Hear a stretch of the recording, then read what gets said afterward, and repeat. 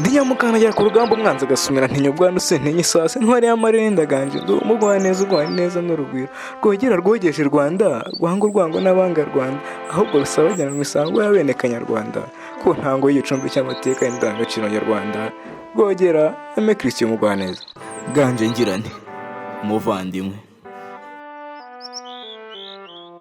Nyeje mu kinyabupfura n'icyubahiro remaremanye umuntu ngamubereho umutuzo n'umunezero ubuzima bwe bwose byatumye habaho kwibaruka hungu na kobwa kororoka maze hakabaho abavandimwe.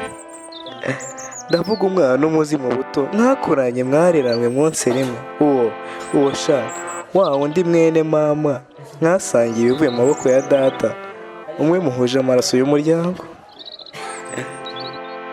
Nkundira wowe unyumva ukunda umuvandimwe untegera amatwi ukurikira ibyo mvuga kandi ubyiteho dore ko amatwi ari mu rugo atumva kandi ngo ifaranga risigaye risa ibisano dufitanye ntacyo ryitayeho. Oya ntukabikore bavandimwe nkunda munyemerere mbaragize impano ntibagiwe n'ubutunzi bizafasha mu hazaza bikanabaherekeza no mu busaza. Mujye muhora iteka mwubaha ababyeyi bababyaye mu gihe bakiriho mubiteho mubahe buri kimwe zasaze bafite ishema n'isheja ku bwanyu. Nimwe mbaraga zanjye zacu ndetse n'umuryango ntihakagire ikibi kibabamo dore nimwe shingiro ry'ejo hazaza heza n'izingiro ry'umuryango.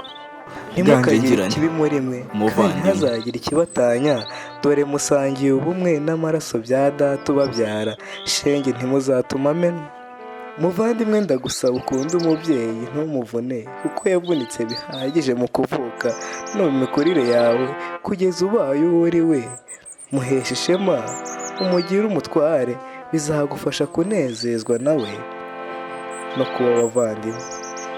Yari umusizi rwogera rwogeje amahanga inganzo umugwaneza uneshesha inganzo inzira kuganzwa iwacu n'ishyanga umusizi uhorana ibitekerezo bitengura ababyumva rwogera Aime Christian Mugwaneza.